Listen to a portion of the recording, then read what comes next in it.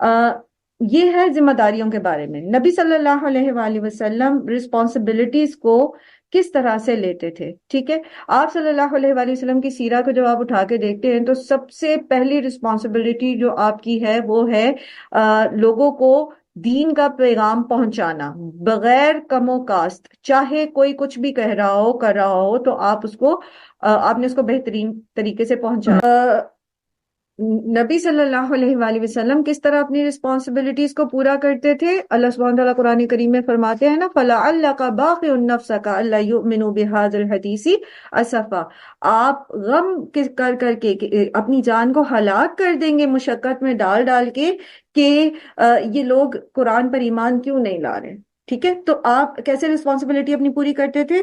جان مار کے، اپنے آرام کو پیچھے کر کے، اپنی خواہشات کو، اپنی زندگی کی جو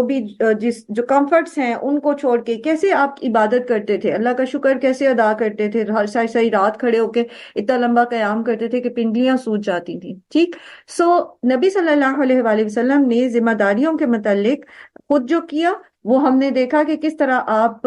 ذمہ داریاں ادا کرتے تھے اپنی، اس کے اندر کس طرح آپ مشقت اٹھاتے تھے اور اس کو پورا کرنے کی کوشش کرتے تھے،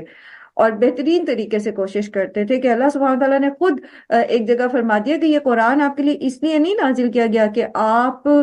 پر مشقت ڈال دی جائے، یہ اس لیے نہیں ہے، یعنی آپ اتنی زیادہ مشقت لے رہے ہیں اس کو لوگوں تک پہنچانے میں۔ اور خیر خواہی ایسی تھی کہ ساری ساری رات رو رو کے نبی صلی اللہ علیہ وآلہ وسلم قیامت تک آنے والے اپنی امتیوں کے لیے دعائیں کیا کرتے تھے، یعنی کنسرن اتنا تھا آپ کا اپنی ذمہ داری کے متعلق کہ آپ یہ نہیں کہ جو سامنے ہیں بس ان تک پہنچ جائے، کیا فکر تھی آپ کی کہ تا قیامت جتنے لوگوں تک یہ پیغام پہنچے ان سب کی نجات ہو، ان سب کے لیے فکر، اور ہر مسلم نان مسلم کے لیے فکر کہ سب لوگ ایمان لے آئیں۔ اور اسی سے ریلیٹڈ جو ہے اللہ سبحانہ و تعالیٰ کے ارشادات جو ہیں، جیسے اللہ سبحانہ تعالیٰ نے حضرت داؤد کو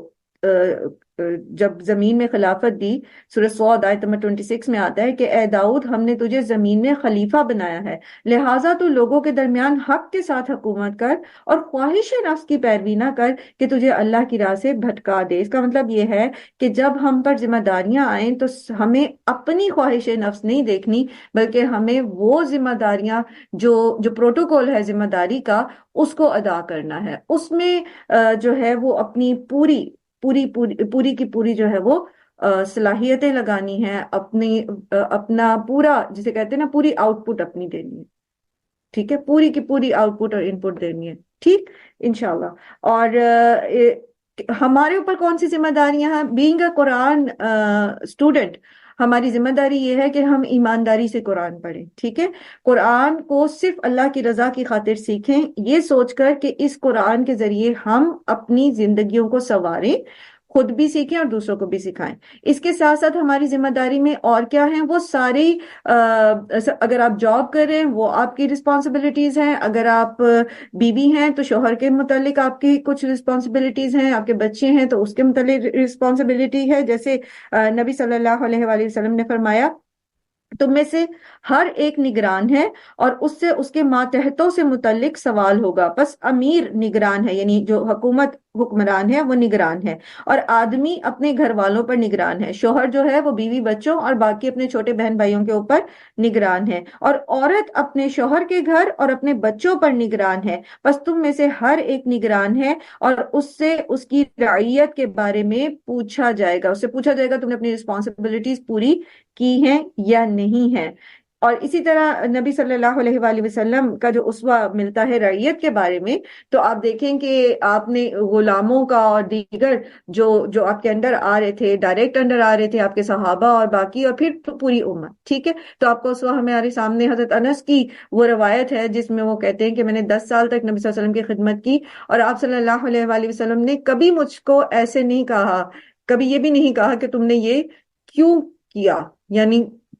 ذرا سی بھی سختی نہیں کی۔ تو کس کے ساتھ کس طرح ڈیل کرنا ہے یہ بھی ہمیں آنا چاہیے تاکہ ہم اپنی رسپانسبلٹیز کو احسن طریقے سے پورا کر سکیں انشاءاللہ۔